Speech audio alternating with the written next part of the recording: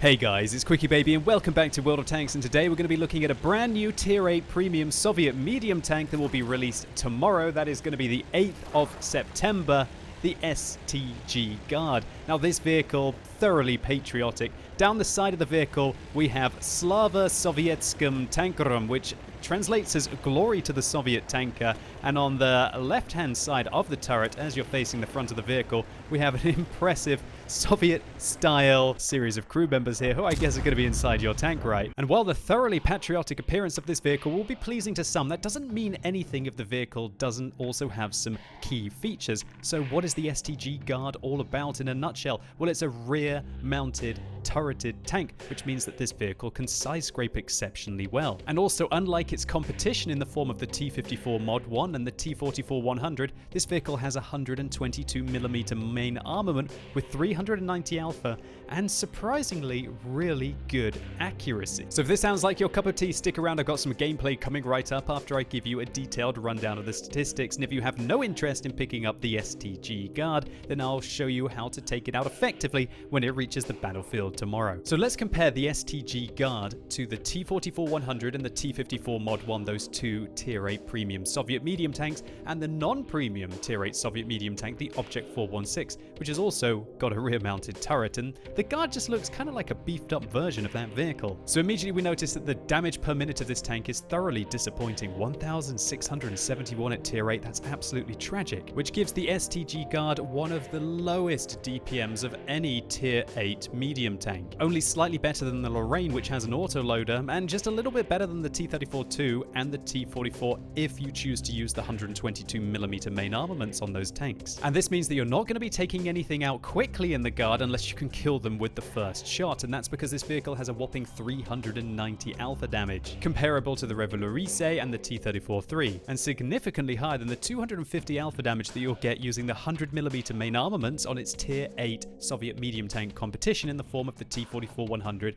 and the T-54 Mod 1, but also the 100mm that you actually get on the Object 416 does 320 alpha, and that's still not quite as good as the Guard. So next you might be dreading the penetration on this tank, thinking it's going to be the 175mm that most Soviet 122mm get at Tier 8 that's not on a heavy or a tank destroyer. Well, that's actually not the case. It gets 212mm of penetration, which is rather decent indeed, and so that means that you can penetrate your standard rounds fairly reliably against equal and lower tier targets, and when you have to deal with, should we say, higher tier targets, then you've got 248mm of APCR penetration to use. But one thing that's very interesting about this is that step up is not all that much, right? 36mm. When we look at the T-44-100, you're going up by 57mm. And so a quick dab of the 2 key in the other Tier 8 Premium Soviet medium tanks will match the Guard when it's firing premium ammo, and God forbid that you're in an Object 416 and you have 330mm of heat pen.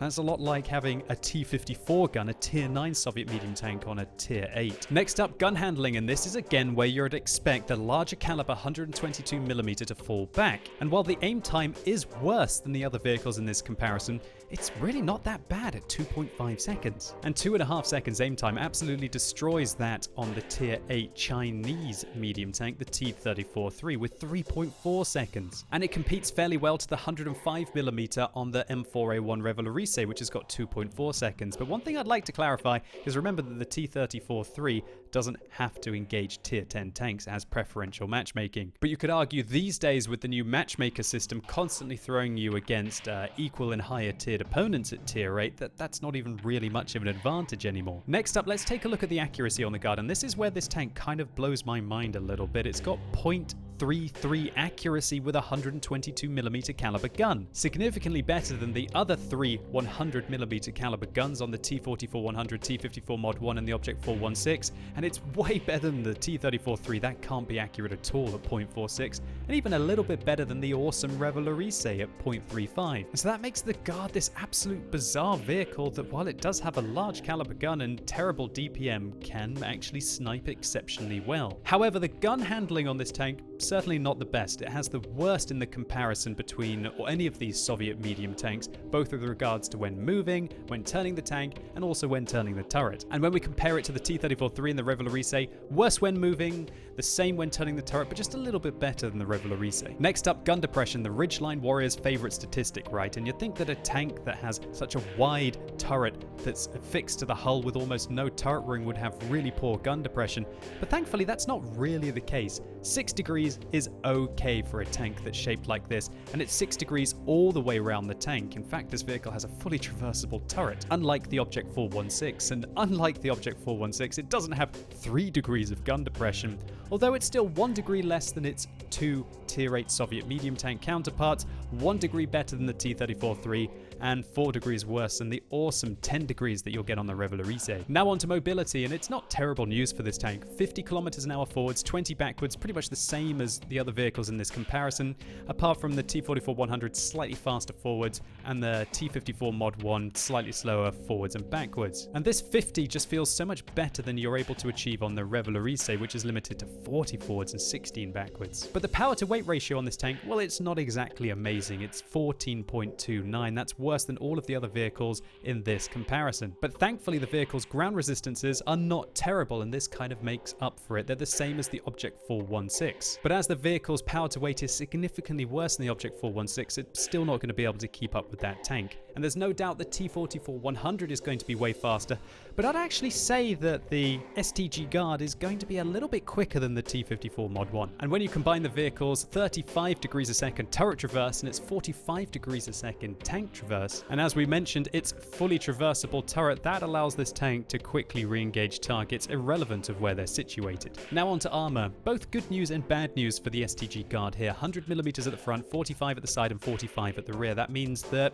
150mm caliber guns are going to be able to overmatch the side of your tank, so no chance to side scrape there. Turret armor wise though, it's much better news. 210 at the front, 180 at the side, and 45 at the rear give this tank a rather nice turret. But upon closer inspection, we find that this tank doesn't really have that 100mm of armor all over the front of the tank. In fact, the lower plate is 75. The 75 is still fairly easy to penetrate right up until this angle. And one thing that's shocking about this tank is there's an upper plate here that is 30mm thick, and it's clearly visible from the whole of the front of the tank. So if you're shooting at an STG Guard and you have a 91mm caliber gun, if you can hit anywhere along this plate here, you're going to overmatch it every single time. One thing that is quite nice about this tank, however, is it does have 120mm of armor along the cheeks here to the left and the right. And so that means if shots do deviate and hit here from the front, then you do stand a chance of ricocheting because you have 200mm of effective armor. And this also means that if you want to side scrape using this tank, then you still at least have some protection against high explosive rounds. Side armor wise, it's 45 all the way down the hull, which is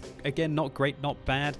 But of course, as this tank is rear mounted with regards to its turret, then you probably want to try and side scrape the vehicle like this, I'd say. Probably a little bit more. Actually, like that looks great. And so this means that if you're working your way around the corner, you actually have a very small window of opportunity where your opponents will be able to engage you. They're going to have to hit right on the corner here. And everything down this side of the tank will be a bounce of anything that doesn't have a 150mm caliber gun. And your turret armor is still rather decent indeed. Around your mantlet, 300, along your cheeks, 200, 220. Now that's going to be useful against lower tier tanks, but of course anything equal tier and higher is just going to be able to shoot you in the turret and more or less go through. But if you are managing to use your gun depression while side scraping, then you're going to have a much better opportunity, and turret armor becomes very much more effective. Now one thing that's annoying about this turret is this god awful cupola on top of the tank, which is 130mm thick, and so that's easily penetrating. So if you are deciding to shoot at a guard, just shoot here. And don't sit there and allow it to side scrape you and make you look stupid. Try and find the front of its hull, try and find the side of its hull, or load some premium rounds and shoot it in its turret cheeks, and you should be able to take it out quickly. So apart from that, the vehicle has 1,350 hit points. That's not too bad, but the view range is a little disappointing at 370 meters. And so this means that you're definitely going to have to take coated optics on this tank. Vents will not suffice if you want to try and get up until that 450, 460 meters range. But I think that's quite enough theory crafting. Let's see how this beast performs in some gameplay. So here we go, we're rolling out on Kharkiv and we are in a nice matchup here. Top tier, there are some tier 7s and some tier 6s on the opponents as well. So we're going to show what 390 alpha damage does to them. And yeah, it's not going to be pretty. I'll try and also fit in some tier 10 gameplay after this to show you how the tank does perform when you do have to engage your higher tiered opponents. But you don't, well, at least the more experienced players of you out there will know that 212 is fairly okay against some tier 9s and tier 10s. 248 on your premium rounds, well, that's not going to be very good against super heavies, unlike the gun that you'll have on the Object 416, but it's not terrible. So you've got an idea of the mobility as we went into position, and now you're going to see what the accuracy is like on this tank. Now, if I was using a regular Soviet 122mm, you know, the kinds with 3.4 seconds aim time or 2.9 seconds aim time and 0.4 accuracy if you're lucky, the kind of snapshots that we're going to pull off here just wouldn't be possible. Goodbye, heavy tank number 6, half of your hit points, 393 dealt to him, and the Stritzfang wasn't feeling very lucky earlier. Also, take a look, I didn't really mention just how awesome this tank is because of this low profile gun. This low profile gun allows you to just go hull down in locations that other tanks simply couldn't. You can hide the entirety of your hull compared to just your lower plate, for example. And that means that the VK is not going to be too well. And oh god, asshole alert. Oh come on, T-34-100. Maybe he just doesn't like the embellished tank design. Do you think that's what it is? Do you think maybe he just doesn't like the Slava Sovietskim tankerum down the side of the tank? Maybe he doesn't really like this. I quite like the look of this vehicle, actually. I'm going to buy the one with the funky paint job and not the regular one, I think. It's funny how things have changed, right? When the Patriot went into the game, I thought, oh, this has kind of got a bit of a clown camo on it. And now I guess I've just got so used to it that I'm willing to accept it. I guess that's a good thing and a bad thing, right? Some food for thought. Anyway, not too bad work on that flank there. We managed to put in 4 shells, we pick up 1 kill, we do a little bit of spotting, and hopefully that gave you an idea of what this tank specializes at. And that's while it doesn't have the incredible hull armor that you might be accustomed to on your Soviet tanks, and there you go. Even a tier 6 heavy just goes right through our lower plate there. If we'd been in a T-54 Mod 1, he would have never have penetrated us there. And if we'd been in a T-44-100, he could have also ricocheted as well, just not in this tank. Luckily, however, because I'm angling my vehicle to the side, we bounced the Scorpion, and I tried to make my way into position to get this 88. I'm sorry for blocking that IS-2 there, but I want to get into cover behind that tiny little tank that we have. I'm hoping that the 88 bounces off, but he just doesn't. Will I snipe the top of his tank? No, I don't quite manage to. But now I've got into cover. Now I'm hiding my lower plate. Now, when I say hiding my lower plate, that's a habit. Saying that is a habit because usually your lower plate is weaker. And while that is the case on this tank, your lower plate is weaker, your upper plate still sucks on this vehicle, and you should hide both your lower plate and your upper plate. But the low profile nature does really allow you to do that. And there you go, just everybody keeps penning my frontal hull armor. Even these tier 6 and tier 7 tanks, that's something that just wouldn't be happening on other Soviet mediums. But other Soviet mediums wouldn't really have the accuracy that this tank has. And we're putting in some real killer shots right now. We're up to 2,700 damage, and it hasn't taken us that long to be able to do that. While the DPM on this tank, as I mentioned, is absolutely tragic, one of the worst DPMs on any of the tier 8 medium tanks in the game. When you can just do those 390 alpha bombs so reliably, and I don't think I've even had to dab the 2 key in this game. That's the .33 accuracy. It's more like a sniper with this 390 alpha. Now there are tanks in the game that do have such good accuracy with these large caliber guns, but they're usually at tier 9 and tier 10, and so that is what the speciality is of the STG. So I expect the T-34-100 to make his way around the corner. That's not the case. I put a round into the UDES. I don't know what he was planning, but now I'm going to load a high explosive round. I'm hoping that I can hit the UDES's lower plate, be able to finish him off. I'm trying to bait a shot here from the UDES, but we can see he puts one right into the side of us. He's using the 90mm caliber gun, so that means that I can come around the corner, put one into him, and oh, nice fire there. 555 damage in total, only 208 with the high explosive round. I would have done more with the armor piercing, but the HE did have a chance to be able to go through, about hit his lower plate, and we would have shut him down really hard. So, STG Guard in a nutshell. I'm just going to speed up the gameplay here a little bit to get into position, and it's just a clean up right now. That IS-6, he's had a great game. He's on 4 kills, but we got one right off his backside there. That was an APCR round. We did fire the first one of the game. I just thought I might have to engage him in a frontal engagement, and when you're a one-shot 50% of the time, you can't take that risk of bouncing a shell and then dying, and he could have been able to carry the game from there on if I'd got really unlucky. So I'm just trying to feather out a shot on the Crusader SP. We're unable to find it, but all in all, a solid result here. A 6-minute game, 4,000 damage and 4 kills. That's your bread and butter in any of your tier 8 premium tanks for making some credits. So now I want to show you how the STG Guard performs against some higher tiered opponents in the form of this IS-7. Now you'll notice that we're loading an APCR round here. That's because why would I want to waste the standard round if I can manage to penetrate the premium round? 212 millimeters of penetration is pretty much never going to go through the lower plate of an IS-7, even if he's not angling, unless I'm shooting right up into it. Whereas the premium rounds on this tank with 248 are going to stand more of a chance. However, as you can see, I'm loading a standard round here now. I want to make some credits playing this tank. I want to show you how you will be able to play this vehicle when you are just not spamming gold, and that's looking for that lower plate shot on the M103 there. 407 damage, decent. We put 441 into the IS-7 with the first shot. You'll notice that if you are the kind of player who will strategically use the correct kind of ammo for the situation, at least correct profit-wise, then you can do exceptionally well in this tank, even against higher tiered opponents. A nice shot there into the TVP as well, 440 damage. And this is where the Guard is absolutely beautiful with its accurate gun with 390 alpha. Other tanks, other medium tanks, I might be putting in 230 damage, 250 damage, for example. And when you do have to go and completely hide yourself again between your shots, just having the increased alpha on this tank just feels absolutely awesome.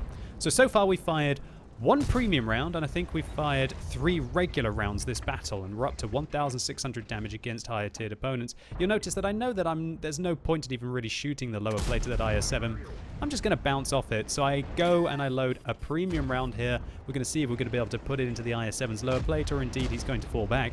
Looks like the Lorraine is having a good look at my tank. And you know what? I would too if there was some kind of mysterious new vehicle that I'd never seen right next to me. Will we find a shot into the IS-7? Come on, baby. No, I decide to not take it. I was thinking he was going to shoot me there. I felt like maybe I've been spotted, but looks like I was incorrect to think that. And there we go. Lower plate shot, 2,000 damage, done to tanks that are 1 or 2 tiers higher than me. And when there are only 3 tier 10 tanks on the enemy team, you've had a really positive roll. And I've retained all of my hit points. It looks like we might be able to do something good here. I'm loading a premium round again, seeing if I'm going to get to shoot the IS-7, but I decide now that, they've taken so many hits, they're not going to come back round the corner. Surely there's an opportunity for me to go elsewhere. So I'm going to make my way down here and see if I can have a poke at where that TVP has made his way to. And you'll notice that even though this isn't my regular account, I decide to reload a standard round here. It actually probably costs me an opportunity to kill that TVP. Maybe it would have been more sensible to not reload the standard round, but I hope you guys understand what I'm trying to do here. Fully test out this tank, not just by spamming APCR and being able to butter the front of most tanks that I'm going to be able to engage in. Now this is a very interesting engagement. I'll go into third person for this. You see what that TVP just saw as I came round the corner at him there? Look what he sees. Because of the rear mounted turret in this tank, he probably didn't realize that he could have shot anywhere on the back of my hull. Instead he panicked and he shot right into my gun, and I was able to engage him. So reversing in this tank is a much better option than going round the corner frontally like this, because look, if I was to go round the corner, look at the distance. My opponents would be able to shoot this whole area before I have an opportunity to shoot them. However, if I reverse, then their opportunity is going to be a much smaller triangle here. Of course, they're still probably going to be able to shoot you in the butt and pull back, but who knows, maybe this well-angled butt armor is going to be able to pull off the occasional ricochet too, and the turret armor isn't half too bad as we saw here. So let's take a look at what kind of credits we made in the STG Guard for both of these replays, when we were top tier and also when we were bottom tier. Firstly, top tier. We got a high caliber medal. That's for our 4,174 damage dealt. We fired 1 premium round here and I believe 11 standard rounds. That's an 8,000 total credit cost, 105k profit. Not too bad. Next up, our defeat on Fjords, showing you where this vehicle can make efficient trades. We actually finished finish on top of damage in this game. With 3,286, that's a great result against tier 10 tanks in any tier 8 premium vehicle. And because I believe we fired about 2 or 3 premium rounds here, 18,000 credits spent, 62k profit even for a defeat, without any kind of boosters. And so all in all, I thoroughly enjoyed my playtime with the Guard. What's not to like about 390 alpha and 212mm of penetration on your standard rounds? And the shell cost is 840. That's pretty cheap. It's not quite as cheap as the Revolurise, but this thing will print credits as long as you are not dabbing that 2 key and bouncing your 4,400 credit shells. Furthermore, the vehicle's camera rating is rather nice, which means that unless I was firing, I was able to relocate quite aggressively without being spotted. And so I think this is the kind of tank that you probably want to take a concealment crew on. Arguably not before repairs, but I think it's a 50-50 decision. And talking about the crew, I should highlight that it has the standard 4-crew Soviet medium tank loadout, with the commander also acting as the radio operator if you're interested in where your situational awareness is going to be. Next, you might be wondering how much this vehicle is going to cost. Well, on TanksGG it says 9,700 gold, and Wargaming have told me that the non-skinned version, the naked bundle, will be costing €35.80 come tomorrow's release date. And do I think it's worth it? Well, ultimately that's only something that you can decide. Do I think it is the best tier 8 Soviet medium tank? Well, in some situations it's going to be better than the T-44-100, but I also think that the T-54 Mod 1, given its recent buffs, is actually in a really good position. And when you're in a top tier matchup, you can do monstrous things with 120mm of frontal armor and 90mm of side armor, and a tremendous turret as well. And even the gun handling on that tank and the DPM is not bad. The STG Guard, on the other hand, is more of a specialist tank, and to be able to succeed in it, you're going to have to use its rather unique set of tools to be able to get the most out of the situation. And unlike the Defender, I really don't think this is going to be a vehicle where the average and below average World of Tanks player is going to perform very well in. And finally, many of you might be wondering how the STG Guard stacks up compared to the T-34-3 and the M4A1 Revolurise. Well, in the previous matchmaking system, where preferential matchmaking tanks like the T-34-3 were far more valuable, I'd say that the T-34-3 was probably the better vehicle because it didn't have to fight against tier 10s. However, now that you can get into tier 8 only and tier 8 and tier 9 only matchups in your T-34-3, it just really doesn't feel very special, and you're going to have to fire so many heat rounds that you're really bleeding into your profit in those kind of matchups. And so I would personally rather have a Guard than a T-34-3.